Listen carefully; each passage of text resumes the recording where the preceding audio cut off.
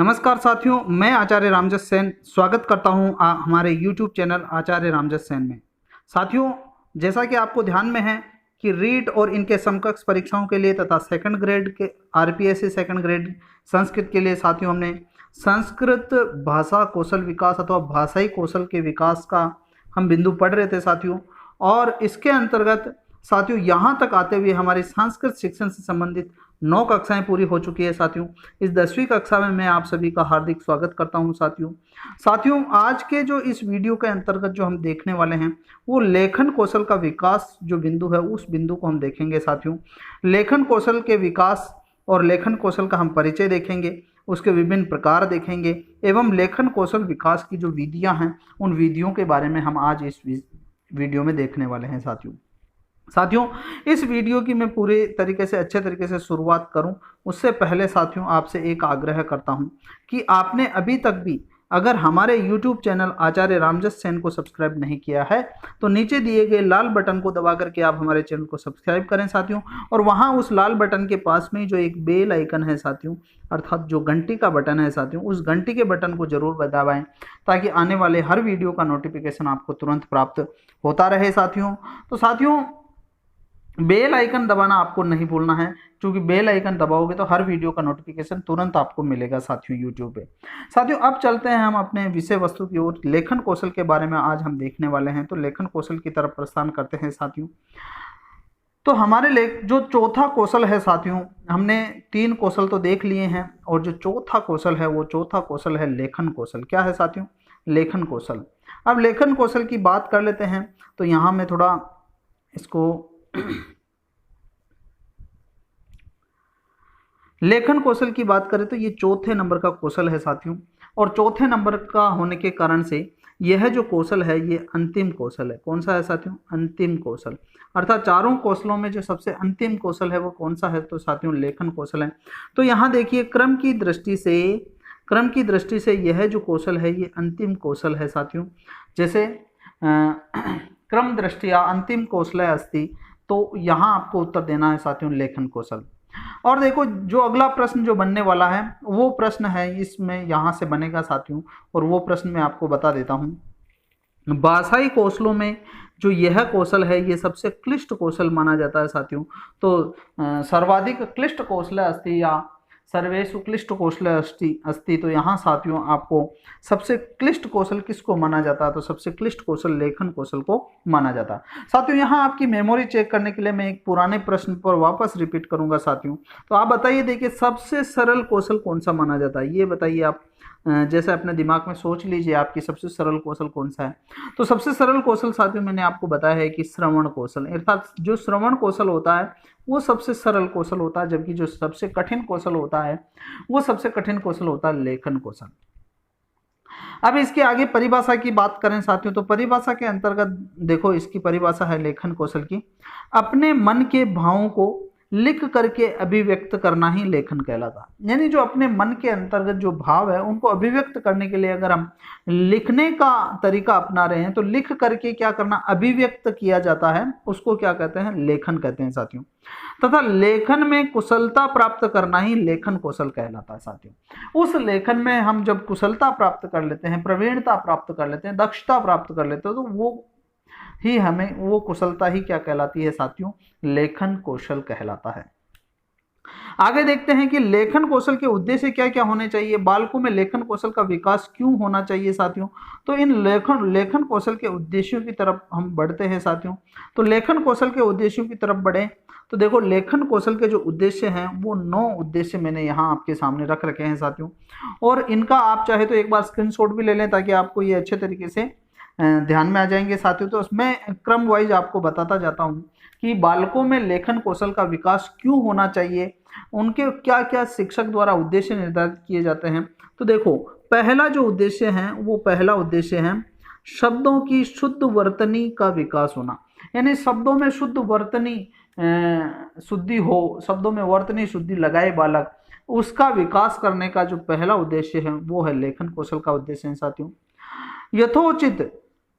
यथोचित विराम चिन्ह आदि का प्रयोग करने की योग्यता विकसित होना।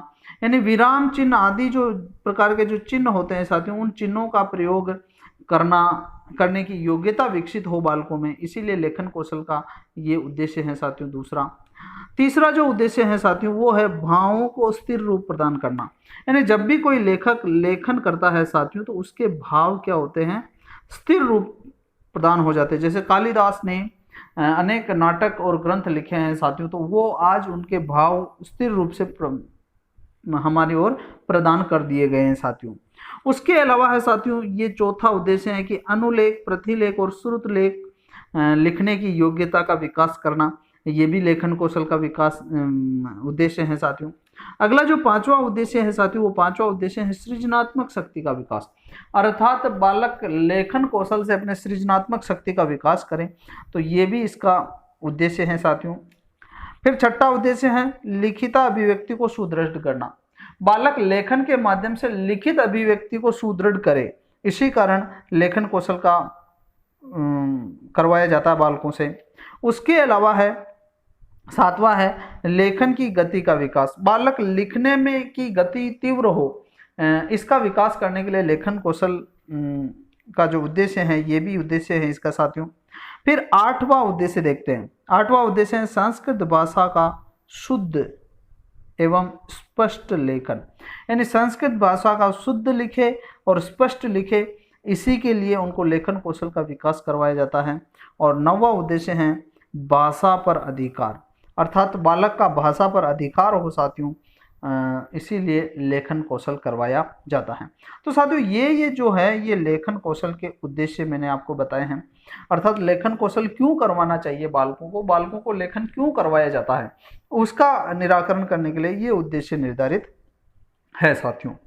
अब हम चलते हैं लेखन कौशल के प्रकार देखते हैं साथियों। तो लेखन के प्रकार कितने होते हैं, तो लेखन के प्रकार होते हैं साथियों तीन। कितने होते हैं, तीन प्रकार होते हैं साथियों।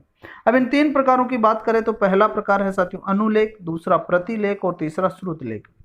अनुलेख किसे कहेंगे, तो यानी किसी शब्द की नकल उसी शब्द के नीचे उतारना क्या कहलाता है, अनुलेख कहलाता है। जैसे मैंने यहाँ लिखा है, अब इसके नीचे डॉट डॉट कर दिया, तो फिर इसके नीचे ठीक इसी के नीचे ऐसा का ऐसा ही लिखना क्या कहलाता है साथियों, अनुलेख कहलाता है। अर्थात उसी के पीछे ऐसा का ऐसा ही लिखना, तो वो कहलाता है अनुलेख। फिर आता है साथियों प्रतिलेख। प्रतिलेख का मतलब मैं एक तरह से फोटोकॉपी कह सकता हूँ साथियों। जैसे ये किताब है, इस किताब में कोई गद्यांश पद्यांश आपको उतारना था साथियों, इसमें देख करके आप अपनी लेखन जो पुस्तिका है उस लेखन पुस्तिका में जो उतारोगे वो क्या कर रहे हो, प्रतिलेख कर रहे हो। यहाँ जो अनुलेख होता है साथियों वो अनुलेख तो केवल एक ही पुस्तक में उसी शब्द के नीचे उसको हम दोबारा लिखते हैं साथियों, जबकि यहाँ जो प्रतिलेख होता है वो किताब में से अपनी लेखन पुस्तिका में हम उसको लिखते हैं। तीसरा है साथियों श्रुतलेख। श्रुतलेख का मतलब होता है सुन करके लिखना। शिक्षक, यहाँ जो ये शिक्षक है, ये शिक्षक कोई ना कोई वाक्य बोलेगा और इस वाक्य को जो छात्र बैठे हुए हैं, ये छात्र बैठे हुए हैं सारे, ये छात्र बैठे हुए हैं, ये इनके बोलने पर ये सभी छात्र अपनी लेखन पुस्तिका में इसको उतारेंगे साथियों। तो ये जो होते हैं तीन प्रकार के लेखन होते हैं साथियों। एक तो अनुलेख होता है, दूसरा एक बार देख लीजिए, एक तो होता अनुलेख और दूसरा होता प्रतिलेख और तीसरा होता श्रुतलेख। ये लेखन के तीन प्रकार होते हैं साथियों। कैसे होते हैं जो मैंने आपको बता दिया है। अब बात करते हैं साथियों इसकी आगे कि लेखन कौशल की विधियां कौन कौन सी हैं। तो विधियों की चर्चा करते हैं साथियों। यहाँ से आपके प्रश्न बैठने वाला है साथियों, तो अब यहाँ से आप ध्यान से पढ़ना शुरू हो जाओ साथियों। और यहाँ जो साथियों मैं आपको बताने वाला हूँ वो है लेखन कौशल के विकास की जो विधियां हैं, यहाँ से प्रश्न पूछा ही जाता है, तो यहाँ आप देख लेते हैं साथियों। लेखन कौशल के विकास की जो विधियां हैं उसके अंतर्गत जो पहली विधि है साथियों, वो पहली विधि है अक्षर स्वरूपानुकरण अथवा रूपरेखानुकरण विधि। साथियों अक्षर स्वरूपानुकरण विधि या रूपरेखानुकरण विधि। अब इस विधि के अंतर्गत साथियों आप एक बार इसके नाम पे जोर करिए साथियों और अपना दिमाग लगाइए यहाँ क्या किया जाना चाहिए। अक्षर का एक स्वरूप निर्धारित कर दिया जाए। अक्षर का क्या कर दिया जाए, स्वरूप निर्धारित, अर्थात अक्षर की एक रूपरेखा बना ली जाए और फिर उस रूपरेखा या अक्षर के स्वरूप का क्या कर लिया जाए, अनुकरण कर लिया जाए। उस विधि को कहते हैं अक्षर स्वरूपानुकरण विधि या रूपरेखानुकरण विधि।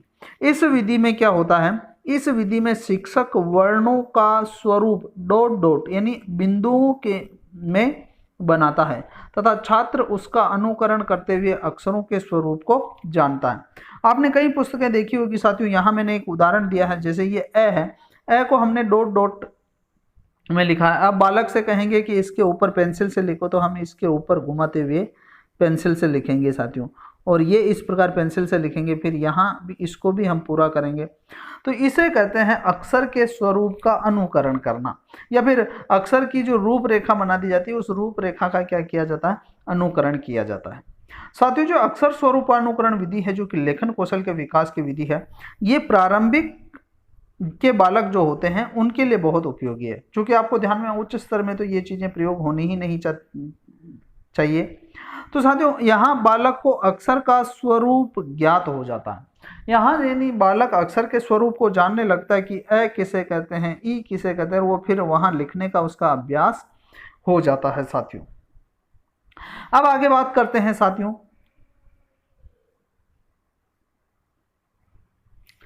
दूसरे नंबर की जो विधि है साथियों, वो दूसरे नंबर की विधि है स्वतंत्रानुकरण विधि। साथियों, पहली विधि क्या थी, अक्षर स्वरूपानुकरण यानी अक्षरों के स्वरूप का अनुकरण। फिर स्वतंत्रानुकरण, स्वतंत्रानुकरण के अंतर्गत क्या होता है साथियों, इस विधि में शिक्षक श्याम पट पर कुछ वाक्य लिखता है। जैसे ये श्याम पट है, इस श्याम पट पर शिक्षक क्या करेगा, कुछ वाक्य लिख देगा साथियों, ये वाक्य लिख दिए। अब तत्पश्चात छात्रों को कहेगा कि इसका अनुकरण करते हुए अपनी कॉपी में लिखिए, तो छात्र उसका अनुकरण करते हुए अपनी लेखन पुस्तिका में उन वाक्यों को क्या करते हैं साथियों, लिखते हैं साथियों। साथियों, यह विधि जो है रोचक नहीं होने के कारण से यह विधि क्या है, अमनोवैज्ञानिक है। तो लेखन कौशल की हमने दो विधियां पढ़ी है, दो विधियां आपको ध्यान में आ गई होगी साथियों। अब तीसरी विधि की ओर चर्चा करते हैं साथियों, जो कि बहुत महत्वपूर्ण विधि के रूप में मानी जाती है साथियों, मॉन्टेसरी विधि। कौन सी विधि है साथियों, मॉन्टेसरी विधि। साथियों, मॉन्टेसरी जो विधि है ये उसी प्रतिपादक या प्रवर्तिका के नाम से पे ही रखा गया साथियों। इस विधि की जो प्रवर्तिका है साथियों, वो प्रवर्तिका एक लेडी है, मारिया मॉन्टेसरी, और उस मारिया मॉन्टेसरी के नाम से ही इस विधि का नाम क्या रखा गया साथियों, मॉन्टेसरी विधि रखा गया है। अब बात करते हैं साथियों इस विधि में क्या होता है। तो यहाँ इस विधि के अंतर्गत क्या होता है कि इस विधि में पहले बच्चों को लकड़ी या गत्ते पर बने हुए उभरे हुए अक्षर दिए जाते हैं। जैसे ये लकड़ी का कोई गत्ता है और लकड़ी का या गत्ते का गत्ता है, उस पर क्या होते हैं, ये अक्षर क्या होते हैं, उकेर दिए जाते हैं, उस पर अक्षर उकेर दिए जाते हैं। अर्थात बालक उसको हाथ से स्पर्श करके देख सके, उसको आंखों से देख सके, कानों से उसको सुन सके साथियों, इस प्रकार उसको अनुरूप दे दिया जाता है। छात्र उन अक्षरों पर हाथ फेरते हैं, क्या करते हैं, हाथ फेरते हैं, देखते हैं, और शिक्षक द्वारा उन अक्षरों को क्या करते हैं, सुनते हैं। तत्पश्चात उन्हीं उभरे हुए अक्षरों के ऊपर पेंसिल फेर करके वो उनका अनुकरण जानते हैं और उनको लिखना जानते हैं साथियों। अगर इस विधि की हम बात करें तो ये विधि कैसे प्रयोग में ली जाती है, ये तो आपको ध्यान में आ ही गया। अब बात करते हैं, ये विधि जो है ना मूलतः अंग्रेजी के लिए की गई थी साथियों, और इसीलिए यहाँ अब आगे की बात करते हैं कि इस विधि में आँख, कान और हाथ इंद्रियों का प्रयोग होता है। यानी साथियों यहाँ सबसे ज़्यादा इंद्रियों का प्रयोग होता है, और जहाँ इंद्रियों का प्रयोग होता है वह शिक्षण बहुत प्रभावी होता है, वह विधि बहुत प्रभावी होती है। इसीलिए यह विधि क्या मानी जाती है साथियों, वैज्ञानिक विधि मानी जाती है या मनोवैज्ञानिक विधि मानी जाती है साथियों। इसके अलावा जो वर्णों का है वो अच्छा अभ्यास हो जाता छात्रों में इस विधि के द्वारा। तो यह विधि साथियों मनोवैज्ञानिक विधि है, सरस विधि है, रोचक विधि है, आकर्षक विधि है, प्रभावशाली विधि है और मनोवैज्ञानिक विधि है। तो साथियों इसकी हम बात करें, लेकिन हमारी जो देवनागरी लिपि है साथियों, वो देवनागरी लिपि के अंतर्गत हमारी जो लिपि के वर्ण है साथियों, वो लिपि है साथियों, वो लिपि हमारे इस विधि के अंतर्गत सही बैठ नहीं पाती। तो यानी हमारे देवनागरी लिपि के लिए ये भले ही उपयोगी नहीं होते, यानी अन्य भाषाओं के लिए तो बहुत ही उपयोगी है और मनोवैज्ञानिक है। फिर आगे बात करते हैं साथियों, अगली विधि जो चौथी विधि है, उस चौथी विधि की बात करें तो वो विधि का नाम है पेस्टोलॉजी विधि। कौन सी विधि है साथियों, पेस्टोलॉजी विधि। पेस्टोलॉजी विधि के अंतर्गत क्या होता है साथियों, इस विधि में लिखना शुरू कर दीजिए। इस विधि में छात्रों से खेल खेल में अक्षर व चित्र बनवाए जाते हैं। खेल खेल में क्या किया जाता है, अक्षर और चित्र बनाए। अब खेल खेल में कैसे करवाए जाते हैं, तो खेल खेल में ऐसे करवाए जाते हैं, जैसे मेरे को अंग्रेजी का अक्षर लिखना है, एम बताना, उनको क्या बताना है, एम बताना। तो सर्वप्रथम ये एक डंडा है, ये एक डंडा है, फिर ये इस प्रकार का चित्र है। फिर क्या किया जाएगा कि इनको वापस, इन टुकड़ों को क्या किया जाएगा, जोड़ा जाएगा। जब इन टुकड़ों को जोड़ा जाएगा तो इसको ले आओ यहाँ, और इसको ले आओ यहाँ, और इसको ले आओ यहाँ, क्या बन गया, एम बन गया। इस प्रकार क्या कर दिया जाता है कि इस विधि में अक्षरों का जो स्वरूप होता है उनको छोटे छोटे टुकड़ों में विभाजित कर दिया जाता है। अर्थात इस विधि में अक्षरों को छोटे छोटे टुकड़ों में तोड़ दिया जाता है, फिर उन टुकड़ों को बालकों द्वारा जोड़ा जाता है साथियों। वैसे यह विधि बहुत मनोरंजक विधि होती है, बालक बहुत रुचि पूर्वक उसको जोड़ते हैं। जैसे हम देवनागरी लिपि में इसका उपयोग करें तो जैसे यह एक खंड दे दिया, फिर दूसरा खंड ये हो गया, तीसरा टुकड़ा ये हो गया, चौथा टुकड़ा ये हो गया। अब इस टुकड़ों को हमें बालकों के द्वारा जुड़वाना है और हमें बनाना है क्या है, ए बनाना है। तो हम इन टुकड़ों को जोड़ते हुए क्या बना देंगे साथियों, ये ए बना देंगे। इसी विधि को कहते हैं पेस्टोलॉजी विधि। साथियों इनके लाभ हानि की बात करें तो साथियों इनकी देखो, यह विधि है, यह विधि प्राथमिक स्तर के लिए, यह विधि प्राथमिक स्तर पर बहुत ही मनोरंजक एवं उपयोगी विधि है। और उपयोगी विधि होने के कारण यह विधि बहुत ही मनोवैज्ञानिक विधि भी है, मनोवैज्ञानिक विधि भी है, सरस विधि है, रोचक विधि है, आकर्षक विधि है। जो मनोवैज्ञानिक विधि होती है वो सरस विधि होती है, रोचक होती है और प्रभावशाली विधि होती है साथियों। तो ये विधि आपको ध्यान में आ गई होगी साथियों। अब हम अगली विधि की बात कर लेते हैं साथियों। अगली जो हमारी पांचवी विधि है साथियों, वो पांचवी विधि है जेकाटोट विधि। कौन सी विधि, जेकाटोट विधि। जेकाटोट विधि का जो दूसरा नाम है साथियों, उपनाम, वो उपनाम है साथियों दृष्ट लेखन पद्धति। अब इस उपनाम से तो आपको ये विधि समझ में आई गई होगी। दृष्ट यानी देखा हुआ, लेखन यानी लिखना, यानी देख करके लिखना, यानी शिक्षक और यहाँ छात्र की क्या भूमिका रहती है। तो यहाँ मैं बता रहा हूं आपको कि इस विधि में अध्यापक स्वयं वाक्य लिखकर, इस विधि में अध्यापक क्या करता है, स्वयं वाक्य लिखता है और वो बोर्ड पे लिख सकता है, छात्रों से लिखने को कहता है। यानी स्वयं वाक्य लिखता है श्याम पट पर और फिर छात्रों से लिखने को कहता है। छात्र उसे देख कर लिखते हैं, छात्र उसे देख कर लिखते हैं। तत्पश्चात अनेक उसी तरह के वाक्य वो क्या करते हैं, लिखते हैं। अब वो वाक्य लिखते हैं अनेक वाक्य, तो पश्चात छात्र उन वाक्यों को फिर बिना देखे देख लिखते हैं, बिना देखे लिखते हैं। और अगर माना कि कहीं त्रुटि हो जाती है तो त्रुटि हो जाने के पश्चात, अगर उनमें कोई त्रुटि हो जाती है तो फिर मूल वाक्यों को देखकर अशुद्धि संशोधन करते हैं साथियों बालक। तो साथियों यह विधि एक बार मैं वापस बता देता हूं कि इस विधि में क्या होता है कि अध्यापक स्वयं वाक्य लिखता है बोर्ड पे और छात्रों को लिखने के लिए कहता है। छात्र लिख लेते हैं, छात्र उसे देखकर लिख लेते हैं, तत्पश्चात अनेक वाक्य लिखते हैं। फिर छात्र क्या करते हैं कि उन वाक्यों को बिना देखे देख लिखते हैं और फिर मूल वाक्यों से देखकर अगर उनके गलत लिखा हो तो वो अशुद्धि का संशोधन करते हैं साथियों। यह जो विधि है साथियों, ये प्रारंभिक स्तर के लिए उपयोगी है। यह विधि किस स्तर के लिए उपयोगी है, प्रारंभिक स्तर के लिए उपयोगी है साथियों।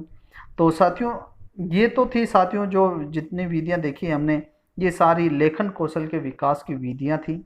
अब हम बात कर लेते हैं साथियों